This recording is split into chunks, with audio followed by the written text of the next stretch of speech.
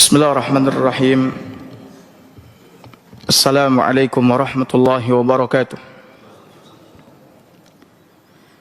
Alhamdulillah. Nahmaduhu wa nasta'inuhu wa nastaghfiruh. Wa na'udzu billahi min shururi anfusina wa sayyiati a'malina. May yahdihillahu fala mudilla lahu ومن يضلل فلا هادي له أشهد أن لا إله إلا الله وحده لا شريك له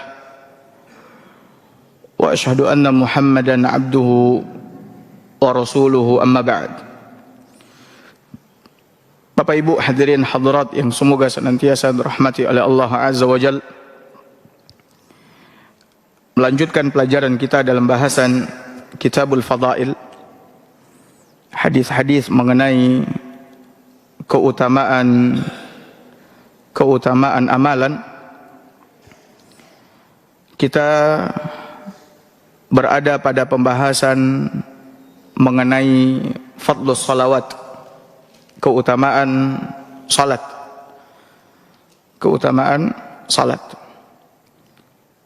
Pada pertemuan yang lalu kita telah menjelaskan bahwa salat adalah ibadah yang paling agung dan paling mulia dari semua ibadah setelah dua kalimat syahadat. Tidak ada ibadah yang paling ditekankan, yang paling wajib setelah mengikrarkan dua kalimat syahadat selain daripada apa? Salat. Sehingga Nabi sallallahu alaihi wasallam ketika mengutus para sahabat untuk berdakwah ke negeri-negeri kafir, beliau mewasiatkan kepada mereka untuk menyerukan, mendakwahkan pertama kali itu dua kalimat syahadat. Sebagaimana pesan Nabi SAW kepada Hudzaifah atau Mu'adz. Kata Nabi SAW, "Falyakun awwal ma tad'uuhum ilaihi syahadatu an la ilaha illallah wa anna Muhammadar Rasulullah." Hendaklah yang pertama kali kau serukan, kau sampaikan, kau ajak mereka, orang-orang yang ada di negeri tersebut, mengucapkan dua kalimat syahadat. Ini menunjukkan kepada kita Bapak Ibu bahwa yang pertama sekali itu adalah dua kalimat syahadat. Makanya Bapak Ibu ketika belajar agama, yang pertama kali yang harus Bapak Ibu fahami, Bapak Ibu pelajari adalah dua kalimat syahadat. Karena ia adalah dasar agama, pondasi agama. Ya. Dan perbuatan, ucapan kita diterima atau ditolak kembali atau bergantung kepada seberapa benarnya kita di dalam memahami dua kalimat syahadat ini. Kalau seandainya dua kalimat syahadat ini kita fahami dengan benar, kita yakini dengan benar, maka agama kita akan diterima, perbuatan, ucapan kita akan diterima. Tapi kalau seandainya salah, keliru, tidak benar, maka ketika itu dikhawatirkan ibadah kita, perbuatan kita, ucapan kita ditolak oleh Allah Azza wa Jalla. Makanya oleh karena itu Bapak Ibu hadirin hadirat muliakan oleh Allah, pelajari dua kalimat syahadat. Karena banyak di antara kaum muslimin, saya ulangi, banyak, tidak sedikit, banyak yang tidak memahami dua kalimat syahadat itu. tidak tahu makna la ilaha illallah, tidak tahu rukun la ilaha illallah, tidak tahu syarat la ilaha illallah, tidak tahu apa saja yang membatalkan la ilaha illallah, ya, tidak tahu apa yang merusak kesempurnaan la ilaha illallah. Banyak di antara kaum muslimin yang tidak tahu. Sementara ini penting karena ia adalah dasar agama. Begitu juga dengan syahadat Muhammad Rasulullah. Setiap kali ditanyakan apa makna syahadat Muhammad Rasulullah, orang-orang mengatakan apa? Aku bersaksi bahwasanya Muhammad Rasul utusan Allah. Iya, itu terjemahannya, maknanya. Banyak yang tidak tahu. Karena ketidaktahuan dia akan makna syahadat Muhammad Rasulullah, akhirnya apa? Akhirnya banyak di antara kaum muslimin yang melakukan ibadah tidak sesuai dengan ibadah Rasulullah SAW. Banyak di antara kaum muslimin yang tidak mentaati perintah Rasul, yang tidak menjauhi larangan Rasul, yang tidak beribadah sebagaimana yang disyariatkan oleh Rasul. Kenapa? Karena tidak mengetahui makna syahadat Muhammad Rasulullah. Maka belajar kembali Bapak Ibu sekalian. Tidak ada kata terlambat.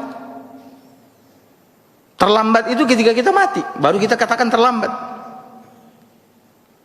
Ya, kita sakarat mau mati baru terlambat. Mohon-mohon kita kepada Allah Azza wa Jalla agar Allah akhirkan ajal kita, maka tidak akan diterima oleh Allah Azza wa Jalla. Ustadz, saya udah usia 60, usia 50, usia 70 bahkan. Ustadz, kepala sudah ubanan. Belum terlambat, perbaiki sekarang. Kekurangan-kekurangan kita di masa lalu perbaiki sekarang. Mumpung masih ada waktu. Dengan cara apa? Belajar. Perbaiki pemahaman kita terhadap agama, perbaiki keyakinan kita, keimanan kita kepada Allah Azza wa Jalla, perbaiki ibadah kita, perbaiki semuanya. Ya, sebelum terlambat. Ya. Terlambat seperti Firaun. Ketika Allah Azza wa Jalla akan membinasakannya dengan cara menenggelamkannya, baru dia mengatakan kepada Allah Azza wa Jalla, aku beriman kepada Allah, Tuhannya Musa dan Harun. Apa kata Allah Azza wa Jalla? Al-an, sekarang kau baru mengatakan itu, di saat sakarat. Di saat sakarat kau baru mengatakan itu. Sementara kau telah melakukan kedurhakaan, kejahatan dan lain sebagainya. Sekarang baru kau katakan. Di saat nafasmu sudah tinggal satu-satu, itu baru terlambat Bapak Ibu sekalian. Jadi belum ada kata terlambat. Meskipun Bapak Ibu sudah ada yang memiliki cucu, belum ada kata terlambat. Perbaiki sekarang. Jadi yang pertama kali itu adalah syahadat la ilaha illallah Muhammad Rasulullah. Baru setelah itu apa kata Nabi SAW kepada utusan-utusannya? Fa inhum ajabu kalidzalik. Kalau seandainya mereka sudah memenuhi seruanmu itu, seruan kalian itu, syahadu an la ilaha illallah, syahadu anna Muhammad Rasulullah, fa'alimhum bi anna Allah qad iftarada alaihim 5 salawat. Maka beritahukan kepada mereka, sesungguhnya Allah Azza wa Jalla telah mewajibkan kepada mereka salat yang 5 waktu sehari semalam. Hadis ini menunjukkan betapa besar dan agungnya salat Bapak Ibu sekalian. Maka yang harus Bapak Ibu perhatikan setelah keimanan, setelah syahadat adalah salat. Salat. Sudahkah kita mengerjakan salat dengan baik dan benar? Salat yang baik dan benar itu seperti apa? Seperti yang disabdakan oleh Nabi SAW, sallu kama ra'aitumuni usalli. Salatlah kalian sebagaimana kalian melihat aku salat. Itulah salat yang baik dan benar. Berarti sudahkah kita salat seperti siapa? Rasulullah sallallahu alaihi wasallam. Gerakannya, bacaannya, khusyuknya, ya, sudahkah seperti Rasulullah SAW? Maka luangkan waktu untuk belajar tentang sholat. Nah, Bapak Ibu hadirin hadirat dimuliakan oleh Allah, sekarang kita akan lihat hadis-hadis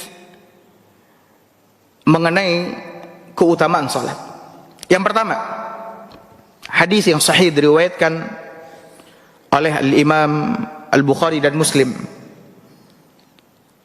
An Abi Hurairah radhiyallahu anhu, dari Abu Hurairah radhiyallahu anhu qala, dia berkata, sami'tu Rasulullah sallallahu alaihi wasallam yaqul,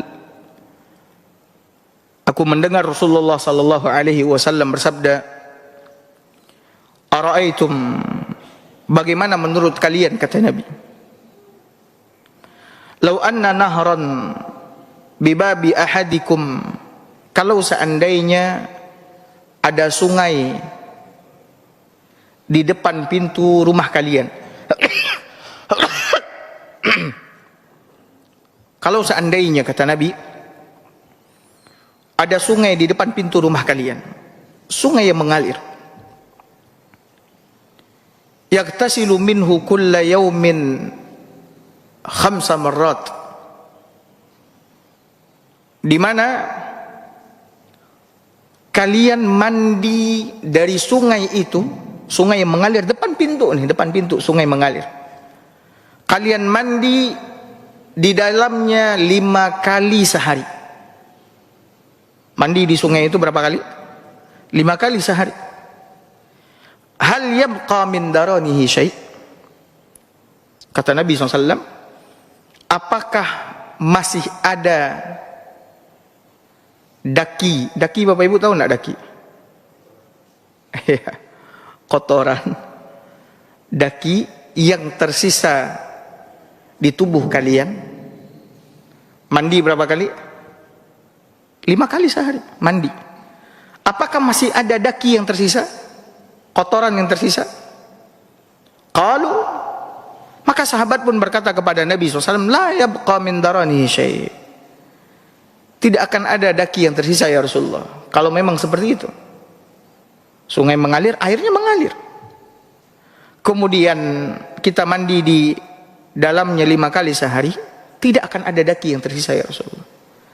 Tidak usah 5 kali, 3 kali aja sehari mandi, insya Allah juga tidak akan ada apa? Daki yang tersisa. Kebanyakan orang mandi 2 kali sehari,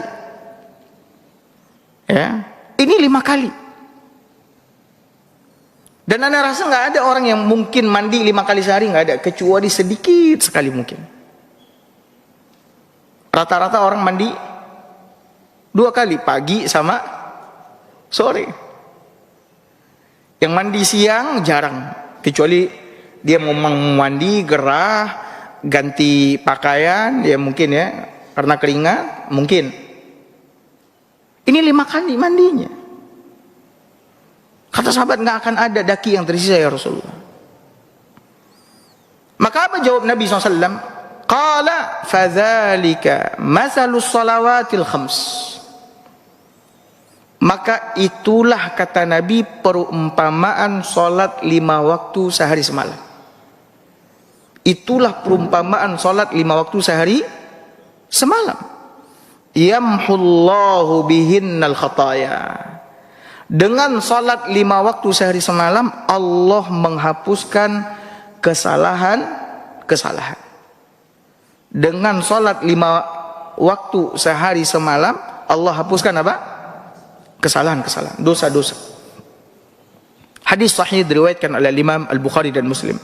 Hadis berikutnya, hadis yang diriwayatkan oleh Imam Muslim dari Jabir bin Abdullah radhiyallahu anhu. Qala Rasulullah sallallahu alaihi wasallam, Rasulullah sallallahu alaihi wasallam bersabda, mathalus salawatil khams. Hadisnya hampir sama dengan hadis sebelumnya. Perumpamaan salat yang 5 waktu sehari semalam, kata Nabi, kamathali nahrin jarin ghamrin seperti perumpamaan sungai yang mengalir, ya, seperti perumpamaan air sungai yang apa? Mengalir. Ya, ala babi ahadikum, di depan pintu rumah kalian. Yaqtasilu minhu kulla yaumin 5 marrat, di mana kalian mandi darinya setiap hari 5 kali. Hadis ini sahih, diriwayatkan oleh Imam Muslim. Hadis berikutnya, hadisnya Abdullah bin Mas'ud radhiyallahu anhu, dan hadis ini sahih diriwayatkan oleh Imam Al-Bukhari dan Muslim. Muttafaqun alaih.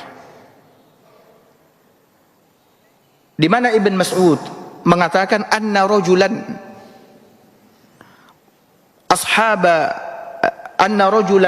bahwa ada seorang laki-laki, kata Ibn Mas'ud, asaba min imra'atin qublatan, di mana lelaki ini, kata Ibn Mas'ud, telah mencium wanita yang tidak dihalalkan. Ya, kalau bahasa kitanya hari ini melecehkan. Bahasa kita hari ini apa? Melecehkan, pelecehan. Dia cium seorang wanita, ya, yang tidak dihalalkan baginya untuk menciumnya. Artinya bukan istrinya. Dia lecehkan seorang wanita. Namun karena lelaki ini adalah seorang yang memiliki keimanan, dia tersadar akan perbuatannya. Timbul penyesalan di dalam dirinya bahwa dia telah melakukan perbuatan dosa, mencium wanita, melecehkan seorang wanita. Fa'atan Nabi sallallahu alaihi wasallam fa akhbarah.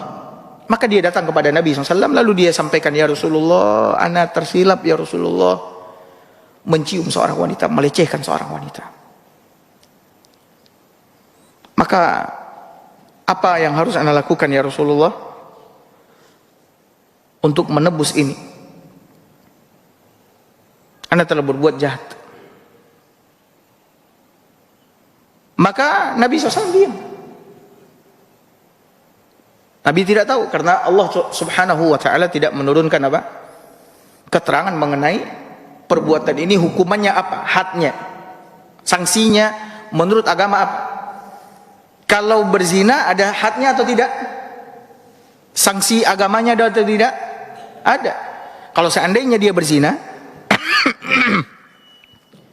dan dia belum menikah, sanksinya apa?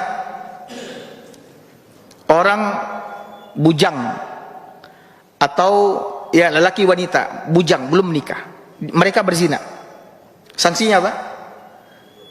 Didera, dicambuk 100 kali, kemudian diasingkan, diusir dari kampung selama setahun. Perhatikan Bapak Ibu, zina bukan masalah kecil. Perhatikan anak-anak kita, jangan sampai mereka melakukan perbuatan keji ini karena kelalaian kita yang tidak memperhatikan mereka. Ya, bahkan ada orang tua kadang menyuruh anaknya untuk pacaran. La ilaha illallah. Nak donan niyo jo kau je. Ya. Sarancak kau aja. Subhanallah. Seharusnya orang tua memperhatikan hubungan anaknya dengan lawan jenis, bukannya justru malah apa? Malah mensupport, mendorong anaknya untuk berpacaran. Pacaran pintu menuju zina. Pacaran pintu menuju zina. Dan sekarang perzinahan luar biasa Bapak Ibu sekalian. Anak-anak sekolahan.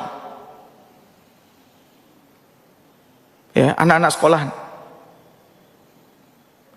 Luar biasa. Maka Bapak Ibu khawatirlah, cemaslah dengan anak Bapak Ibu sekalian.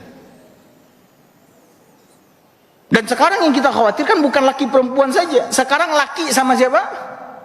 Laki. Laki sama laki sekarang. Perempuan sama perempuan. Yang Bapak Ibu kenal hari ini dengan istilah apa? LGBT. Sampai ada jemaah yang datang, sekarang Ustaz, ya Allah, kalau dulu kita takut anak kita pacaran ini, sekarang ya Allah Ustaz, laki sama laki, perempuan sama perempuan. Ya Allah ya Rabbi. Tidak ada obatnya Bapak Ibu sekalian selain dengan mendidik mereka di atas Al-Quran dan Sunnah. Kalau Bapak Ibu sia-siakan, Bapak Ibu siap-siap tanggung jawab di hadapan Allah Azza wa Jalla. Anak amanah dari Allah Azza wa Jalla yang harus Bapak Ibu pertanggungjawabkan nanti di hadapan Allah Azza wa Jalla. Ya. Jangan dikira Bapak Ibu telah menunaikan amanah tersebut dengan menjaganya, membesarkannya, menyekolahkannya, kemudian sampai dia dapat pekerjaan. Bapak Ibu mengira, oh Ustaz, anak rumah udah, mobil udah, sekolah udah, keluar negeri. Masa enggak dibilang anak enggak berhasil jadi orang tua? Bapak Ibu, dia bukan cuman dunia, yang paling penting agamanya. Anak Bapak Ibu ada nggak sholat? Anak Bapak Ibu ada nggak menutup aurat? Anak Bapak Ibu ada nggak benar bacaan Al-Qur'annya? Tahu nggak dia halal haram? Itu yang nanti akan ditanya sama Allah Azza wa Jalla. Dan anak-anak itu sekarang nggak nuntut iya, tapi besok di akhirat, besok di akhirat dia tahan kaki kita. Bapak Ibu soleh, alhamdulillah, masjid, duduk di majelis ilmu, sedekah. Anak dibiarin kelayapan kemana-mana, bodoh masalah agama, dibiarin. Dia nggak nuntut sekarang iya. Orang tuanya soleh sendiri, ya dia nggak ngerti. Besok di akhirat dia akan tanya. Ketika dia ditanya sama Allah Azza wa Jalla, kenapa? Ya orang tua nggak pernah ngajakin saya ke masjid, nggak pernah nyuruh saya pakai jilbab, nutup aurat, nggak pernah ngajarin saya baca Al-Quran, nggak pernah mengajarkan saya tentang tata cara sholat. Saya nggak tahu halal haram. Saya pacaran bahkan disuruh sama mereka. Saya pacaran bahkan apa? Disuruh sama orang tua. Bapak Ibu mau jawab apa nanti di hadapan Allah? Mending sekarang Bapak Ibu heboh-hebohan sama siapa? Anak. Mau heboh-hebohnya sekarang. Jangan hebohnya besok di akhirat. Kehebohan yang paling besar itu bukan kita dengan musuh-musuh kita yang ada di dunia sekarang ini. Kehebohan yang paling besar itu kita dengan orang-orang yang berada di bawah tanggung jawab kita. Maka sampaikan kepada anak, aku kayak begini karena aku harus mempertanggungjawabkan dirimu besok di hadapan Allah Azza wa Jalla. Aku kayak begini, aku ingin menegakkan hujjah sehingga besok nggak ada alasan bagimu di hadapan Allah menyalahkan aku. Kita terang-terangan Bapak Ibu sekalian. Ya, terang-terangan. Makanya Allah menggambarkan tentang hari kiamat itu hari yang mengerikan, sampai Bapak Ibu sekalian, seseorang lari menjauh dari saudaranya, nggak mau ketemu sama saudaranya. Fa idza ja'atis sakhah yauma yafirrul mar'u min akhihi wa ummihi wa abihi wa sahibatihi wa banihi. Hari kiamat, hari di mana seorang lari dari saudaranya, lari dari ibu bapaknya, lari dari istrinya dan anak-anaknya, lari, nggak mau ketemu. Kalau sekarang kita bahkan nggak bisa nggak ketemu sama siapa, istri sama anak-anak kita. Kita nggak bisa nggak ketemu sama siapa, orang tua kita. Kita nggak bisa nggak ketemu sama siapa, saudara-saudara kita. Tapi besok di akhirat kita nggak mau ketemu, bahkan lari menjauh. Bapak Ibu tahu kenapa? Kata para ulama, karena takut dituntut sama mereka. Karena takut dituntut sama siapa? Sama keluarga kita tuh. Ini saya sampaikan sama Bapak Ibu, mending kita sekarang ya pahit-pahit bertengkar sama anak masalah agama ini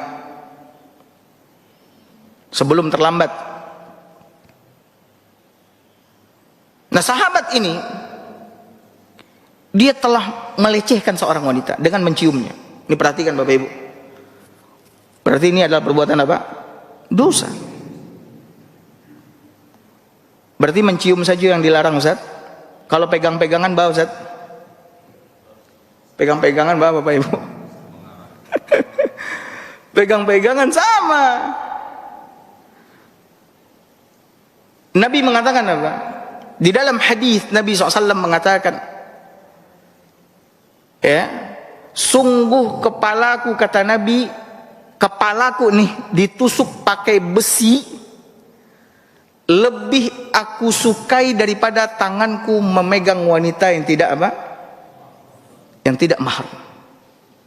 Sekarang orang bersalaman, cipika, cipiki, bersalaman dengan wanita yang gak mahram. Nabi mengatakan kepalaku ditusuk pakai besi lebih aku sukai daripada aku menyentuh wanita yang bukan apa? Mahram. Tidak ada istilah salaman laki-laki dan wanita Bapak Ibu sekalian yang bukan mahram. Ustaz cuma sekedar salaman. Ini dari salaman itu jatuh kama, mengalir kama ke hati itu. Tidak ada. Maka berhenti dari bersalaman Bapak Ibu sekalian dengan orang yang bukan mahram kita. Bapak Ibu harus kenali mahram. Makanya istri Nabi mengatakan, Nabi itu tangannya tidak pernah disentuh oleh wanita yang bukan mahram. Saya ulangi, Nabi tidak pernah tangannya disentuh oleh wanita yang bukan apa? Mahram. Ustaz, balot Ustaz, aduh Ustaz. Anyo basalaman Ustaz. Saya mau tanya sama Bapak Ibu. Yang Bapak Ibu ikutin di dalam beragama ini siapa? Siapa yang Bapak Ibu ikutin? Ustadz-ustadz yang Bapak Ibu lihat, mereka salaman, kadang mereka dekat-dekatan, foto bareng. Atau Rasulullah SAW. Siapa yang Bapak Ibu ikutin?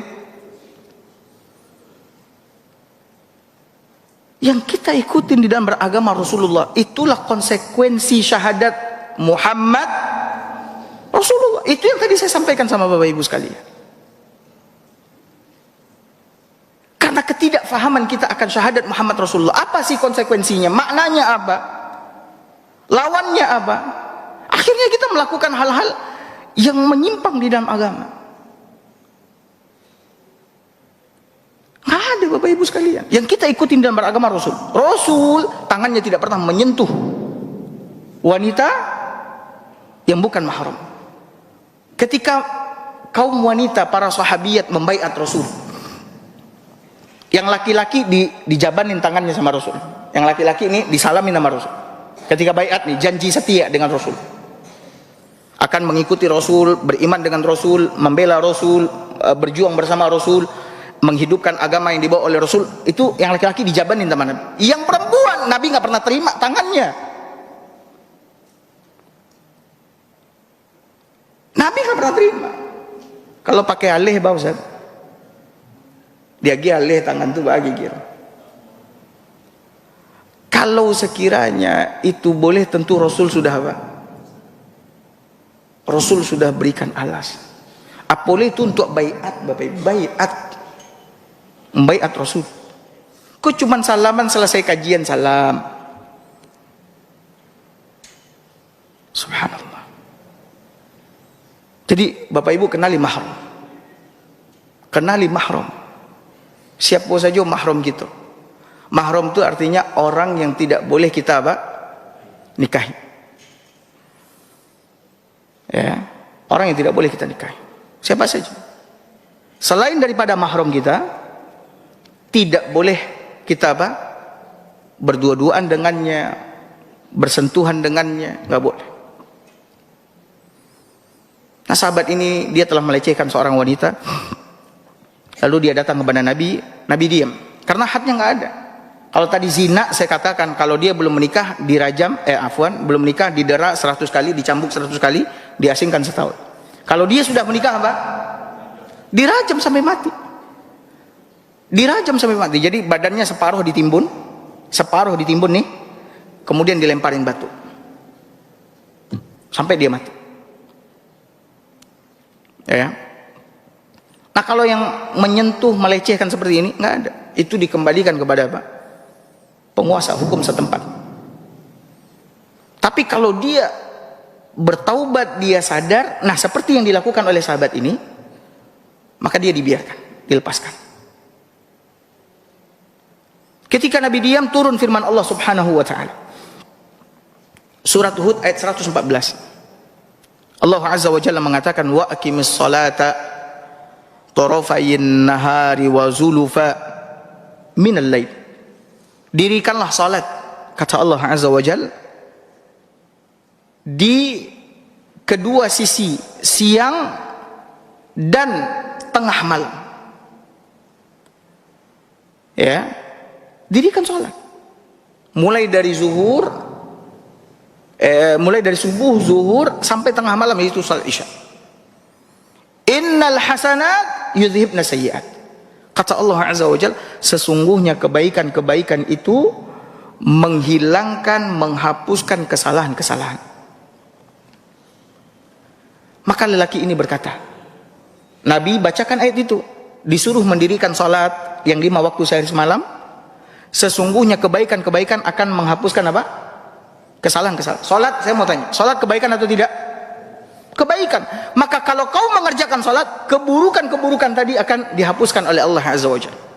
Maka lelaki itu pun berkata kepada Nabi SAW, faqala rajul ali hadza, wahai Rasulullah, apakah ayat ini hanya untukku saja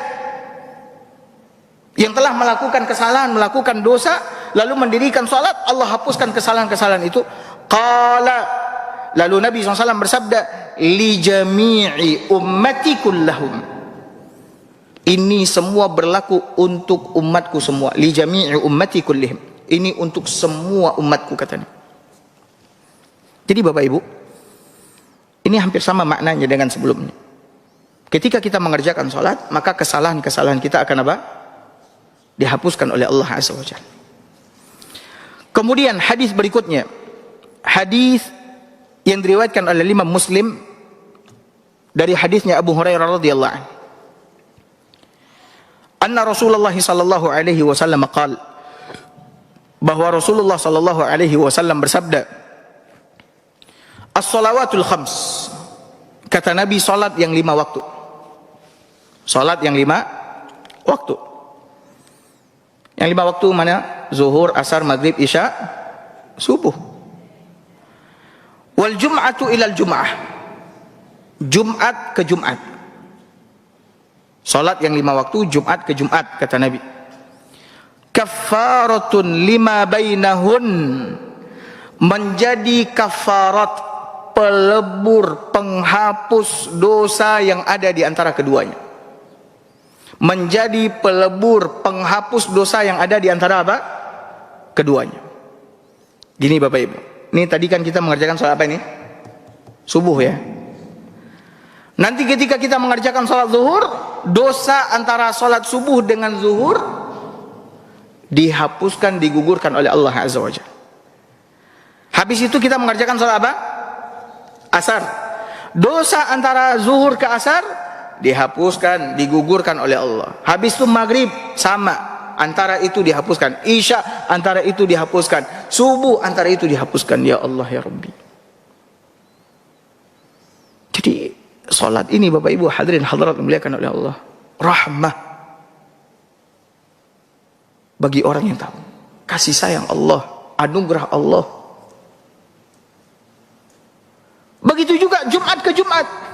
Ketika kita bertemu dengan hari Jumat, kemudian kita beribadah di hari Jumat, maka dosa antara Jumat ke Jumat itu juga dihapuskan oleh apa? Oleh Allah, digugurkan oleh Allah. Subhanallah. Ini menunjukkan betapa besarnya kasih sayang Allah kepada kita. Pertanyaannya Bapak Ibu, seberapa besar syukur kita kepada Allah yang telah mengasihi kita seperti ini? Seberapa besar syukur kita kepada Allah yang telah mengasihi kita seperti ini. Dia adakan amalan-amalan yang akan menghapuskan, menggugurkan kesalahan-kesalahan kita. Mulai dari amalan-amalan yang dilakukan tiap hari maupun amalan-amalan yang dilakukan setiap apa? Pekan. Ya Allah.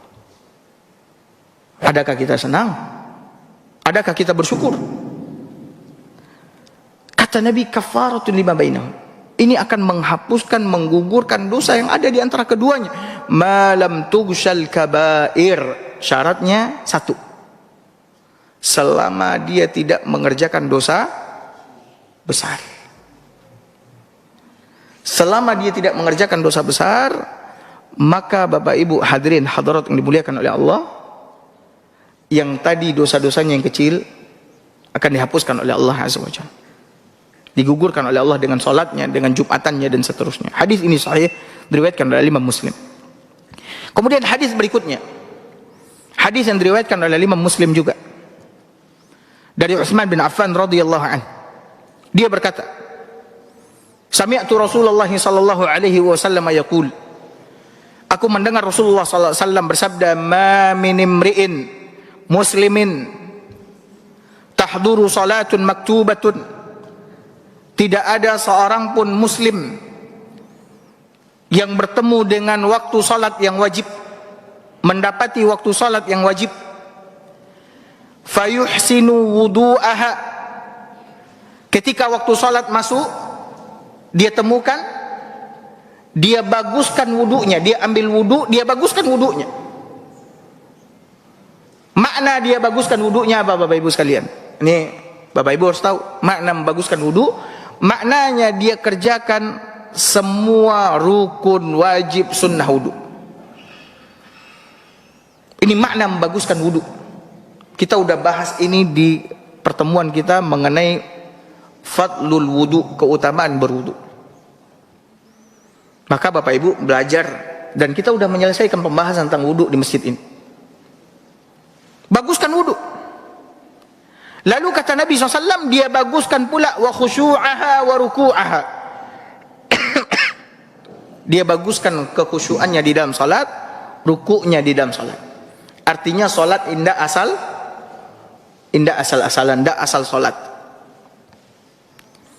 Illa kanat kafaratan lima qablaha minadz dzunub, melainkan salat tadi akan menjadi pelebur dosa yang ada, yang dia kerjakan sebelumnya, menjadi pelebur penghapus dosa-dosa sebelumnya, malam tu'ta kabiratun, selama dia tidak mengerjakan dosa besar.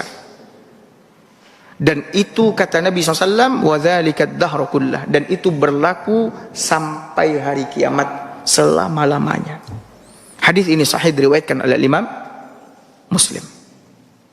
Nah Bapak Ibu hadirin hadirat dimuliakan oleh Allah, hadis-hadis ini yang saya bacakan kepada Bapak Ibu, ada berapa hadisnya itu? 1, 2, 3, 4, 5. Memberikan penjelasan kepada kita bahwa ibadah salat adalah ibadah yang dapat menghapuskan dosa dan kesalahan. Ya, seperti yang tadi saya sampaikan. Tadi kita sholat subuh, zuhur, berarti dosa yang ada di antaranya dihapuskan oleh Allah. Subhanallah. Ini menunjukkan Bapak Ibu, kita ini banyak salah, banyak dosa. Dan karena sayangnya Allah sama kita, Allah jadikan sholat yang dia wajibkan itu sebagai alat pelebur dosa, pembersih diri dari dosa. Makanya saya katakan kepada Bapak Ibu, ini adalah anugerah, nikmat dari Allah Azza wa Jalla kepada kita umat Islam. Tapi sayangnya banyak orang yang tidak mengetahui ini, tidak mensyukuri ini, sehingga dia lalaikan sholat, asal-asal sholat. Bahkan wal'iyadzubillah, ada yang meninggalkan apa? Sholat, meninggalkan sholat. Dosa besar yang paling besar, lebih besar daripada membunuh, lebih besar daripada berzina, lebih besar daripada mencuri, khamr, judi, riba. Namun sebagian orang tua membiarkan anaknya meninggalkan sholat. Tapi kalau anaknya membunuh orang, anaknya biarnya dong. Ditanganinya anaknya. Ketika anaknya berzina, ditanganinya anaknya. Tapi ketika anaknya tidak salat, dia biarkan. Subhanallah. Ya. Lihat Bapak Ibu. Betapa besar karunia dan anugerah Allah Azza wa Jalla kepada kita. Harapannya apa Bapak Ibu? Kita ketika bertemu dengan Allah sedikit membawa apa? Dosa, karena kita mengerjakan sholat. Maka sholat yang seperti apa yang akan berkhasiat atau khasiatnya manjur menghapuskan dosa-dosa kita? Sholat yang khusyuk, sholat yang diawali wudunya baik dan benar, sholat yang gerakannya benar sesuai dengan yang diinginkan oleh Allah dan Rasul. Tidak asal sholat doh Bapak Ibu. Itu yang kita jelaskan di pertemuan kita sebelumnya. Di antara keutamaan sholat, ayat yang dibawakan oleh penulis, innas salata tanha 'anil fahsya'i wal munkar. Sesungguhnya sholat mencegah dari perbuatan keji dan apa? Munkar. Ustaz, orang banyak nan sholat Ustaz, tapi parangainya ya Allah ya Rabbi. Iya atau enggak? Kalau sholat enggak pernah absen terus saja. Tapi timbangan enggak donam batuannya manggalih di pasar terus Ustaz. Ya, sampilik karyang luar biasa Ustaz. Kemudian nampadusi digoda aja cari Ustaz. Nyu lakukan perbuatan-perbuatan mungkar. Kenapa demikian? Salatnya yang salah atau inyo yang salah? Salat. Inyo yang salah mengerjakan apa? Salat. Salatnya belum benar dan belum sesuai dengan apa yang diinginkan oleh Allah dan Rasul. Ya, salatnya belum benar dan belum sesuai dengan apa yang diinginkan oleh Allah dan Rasul. Jadi Bapak Ibu pelajari tentang salat. Saya sudah pernah sampaikan sama Bapak Ibu. Pak Ibu, apa kata saya? Usahakanlah hafal, ketahui terjemahan-terjemahan dari zikir-zikir yang Bapak Ibu baca dalam salat. Tidak usah terburu-buru. Kan saya sudah sampaikan, doa iftitah aja lah misalkan. Satu doa iftitah itu ulang-ulang terjemahannya berapa? Seminggu kata saya. Kok perlu setahun baru salah saya membahas tentang terjemahannya, kita merenungi bacaan salat mulai dari takbir sampai salam, tidak ada masalah. Tidak ada masalah. Bapak Ibu renungi, Bapak Ibu tadabburi, cermati, hayati, sehingga betul-betul hadir hati Bapak Ibu ketika salat. Bapak Ibu merasa tengah berdiri di hadapan Malikul Muluk, Raja di Raja Allah Subhanahu wa taala. Bapak Ibu tengah merendahkan diri, tengah bermunajat mengharapkan keselamatan, pertolongan dari Allah Azza wa Jalla. Aliyah doa Rasul itu nak ketika salat. Itu yang penting, bukan sekedar gerakan tagak, ruku', bangkit lo balik, sujud lo balik. Tak sekedar itu salat Bapak Ibu sekalian. Ketika kita sujud, saya mau tanya sama Bapak Ibu. Orang kalaulah sujudnya ke orang, itu tandanya apa Bapak Ibu? Orang ketika sujud ke orang, itu tandanya apa? Inyo betul-betul mengharapkan bantuan, betul-betul menyerah. Ketika ada orang sujud ke orang tuh, sujudnya tuh, inyolah menyerah, inyolah betul-betul mengharapkan belas kasihan, pertolongan dan lain sebagainya. Ketika Bapak Ibu sujud, Bapak Ibu sujud, ada tak perasaan itu tuh kepada Allah? Ada tak perasaan tuh? Awak betul-betul menyerah, ya Rabbi, kamalai kamadok, kalau ndak kasih tuh. Kamu akan minta tolong, kamu akan mencari keselamatan, kamu akan mencari perlindungan, kalau tidak kepada Engkau ya Rabb. Ada tak perasaan itu? Bapak Ibu cari afwan ya, joki-joki di jalan tuh. Kadang-kadang sampai rukuknya mau itu untuk menyetop auto orang. Itu dulu kada tatu dah udah orang nanya tolong itu doang. Cari anak Bapak Ibu yang bawa auto, lah sampai rukuknya begitu. Akhirat tu kau baputa saya leloknya. Kalaupun dia gih, saya mau tanya, ada nak orang bagi 1.000 ketika ditolong dek joki? Kok kadia gih nak kena 500? Kau nak barang 1,000. Tapi nyola rukuk. Nyo rukuk tu tahu nak Bapak Ibu apa? Nyola membana lambian tu dah ambo ka mamutan tu ko aja. Subhanallah. Kau orang ada perasaan tu hadir. Tapi kepada Allah ada nak perasaan tu hadir. Ini pertanyaan Bapak Ibu sekalian. Tidak ada yang bisa jawab kecuali kita sendiri yang mengerjakan solat. Ya, benarkan solat. Kalau Bapak Ibu ingin solat ini betul-betul menghapuskan dosa-dosa kita Bapak Ibu. Dan kemudian juga di antara hal yang penting saya mau sampaikan kepada Bapak Ibu dari hadis tadi. Nabi menyebutkan ada dosa-dosa besar. Ada dosa-dosa apa? Besar. Dosa besar seperti apa Bapak Ibu? Seperti banyak dosa besar ini. Saya mewasiatkan kepada Bapak Ibu. Ini perhatikan, wasiat saya kepada Bapak Ibu. Pelajari tentang dosa-dosa besar. Beli bukunya, karena para ulama sudah menulis buku tentang dosa-dosa besar. Di antara buku yang masyhur mengenai dosa-dosa besar yang ditulis oleh Al-Imam Zahabi dengan judul Al-Kabair. Al-Kabair artinya dosa-dosa besar. Sudah diterjemahkan ke dalam bahasa Indonesia. Bapak Ibu beli, baca. Mana saja dosa-dosa besar. Kenapa Ustaz? Dosa-dosa besar itu Bapak Ibu tidak bisa dihapuskan, digugurkan dengan solat. Yang dihapuskan dan digugurkan oleh solat itu hanyalah dosa-dosa apa? Kecil. Dosa besar seperti apa? Menipu. Menipu orang. Nabi SAW mengatakan, Man ghasya falaysa minna. Kata Nabi, siapa yang menipu, berbuat curang, maka dia tidak termasuk golongan kita. Ini dosa besar. Nabi tiadakan dia bukan bagian dariku. Kini tidak sakit orang nama nipu. Kawan pun ditangguh aja maju. Ditipunya juga. Ya. Kemudian seperti apa lagi? Banyak Bapak Ibu. Seperti orang yang bersumpah dengan sumpah palsu ketika jual beli. Ambo bersumpah ambo.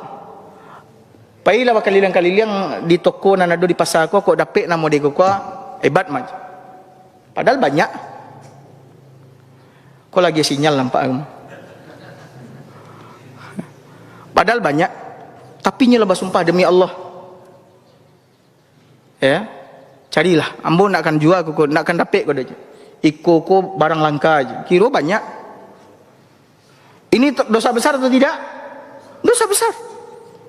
Nabi SAW mengatakan ada 3 golongan yang tidak akan diajak bicara oleh Allah pada hari kiamat. Hadis sahih diriwayatkan oleh Imam Bukhari dan Muslim. 3 akan diajak bicara, tidak akan dilihat oleh Allah, tidak akan disucikan oleh Allah dari azab yang pedih. Perhatikan 3 golongan, hadis sahih. Tidak akan diajak bicara, tidak akan dicaliak, tidak akan disucikan dari azab yang pedih. 1, al-mannan. Mannan ko orang yang suka menyebut-nyebut pemberian. Saketik-saketiknya sabit pemberiannya. Saketik-saketiknya sabit pemberiannya. 1. 2, al-musbil. Orang yang menjulurkan pakaiannya melewati mata kaki.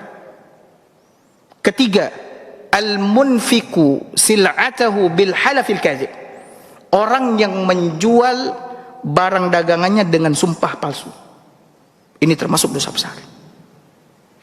Kemudian apa lagi? Menggibah, memfitnah. Gibah sekarang ini luar biasa.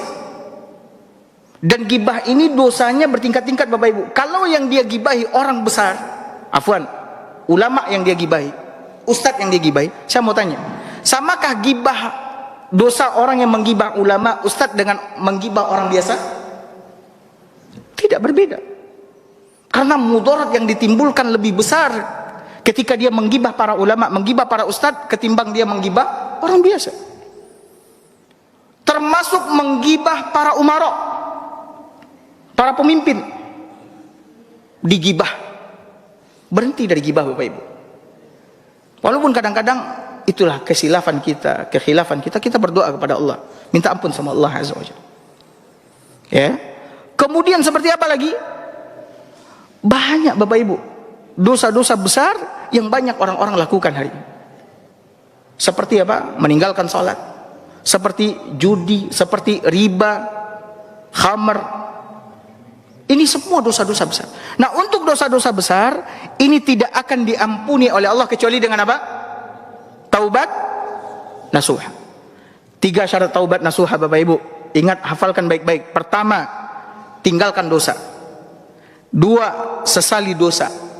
3, bertekad untuk tidak mengulangi dosa. Kalau seandainya berkaitan dengan hak orang, ada hak orang yang kita ambil, maka kembalikan hak orang. Inilah syarat taubat nasuha.